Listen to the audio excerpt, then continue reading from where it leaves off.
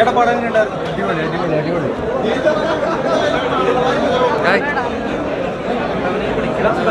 നന്നായിട്ടുണ്ട് പടം, എനിക്ക് ഒത്തിരി ഇഷ്ടപ്പെട്ടു. പിന്നെ ഇതിൻ്റെ ബാക്ക്ഗ്രൗണ്ട് സ്കോർ ഇത് ഗംഭീരമായിരുന്നു.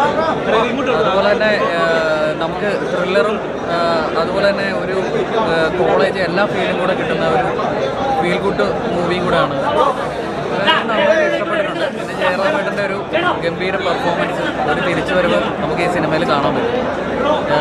പിന്നെ ഇതിനകത്ത് ഒരുപാട് സസ്പെൻസ് ഉണ്ട്. എല്ലാ സസ്പെൻസും നമ്മൾ പറയുന്നത് അത്ര ശരിയല്ലെങ്കിൽ എല്ലാവരും കണ്ടിരിക്കേണ്ട ഒരു തിയേറ്റർ എക്സ്പീരിയൻസ് മൂവി തന്നെയാണ്.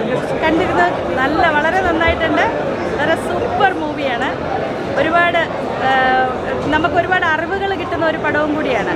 നല്ലൊരു thriller movie. Mammootty, Jayaram super. നമുക്ക് നന്നായിട്ട് ചെയ്തു. ജയറാം അതിനേക്കാളും ഗംഭീരമായിട്ട് ചെയ്തു. പിന്നെ ജയറാമേട്ടൻ്റെ തിരിച്ചുവരവ് തന്നെ, അതൊന്നും ഇനി പറയാനൊന്നുമില്ല. എല്ലാം വളരെ ഗംഭീരമായിട്ടാണ് ചെയ്തിരിക്കുന്നത്. നല്ല മൂവിയാണ്. ഒരുപാട് അറിവുകൾ കിട്ടുന്ന ഒരു മൂവിയും കൂടിയാണ്. നന്നായിട്ടുണ്ട്.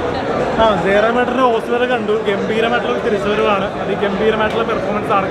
സ്റ്റൈലിഷ് ലുക്ക് വൈസ് ആണെങ്കിലും ജയറാമേട്ടൻ ഒരു സീരിയസ് റോളിനോട് കുറേ നാളായി. നമ്മുടെ മകളിന് ശേഷം ഒരു തിരിച്ചുവരവാണ്. പിന്നെ സലാം കാശ്മീരിന് ശേഷം മികച്ചൊരു സീരിയസ് പോലീസ് ഓഫീസറായിട്ട് വന്നിരിക്കുന്നു.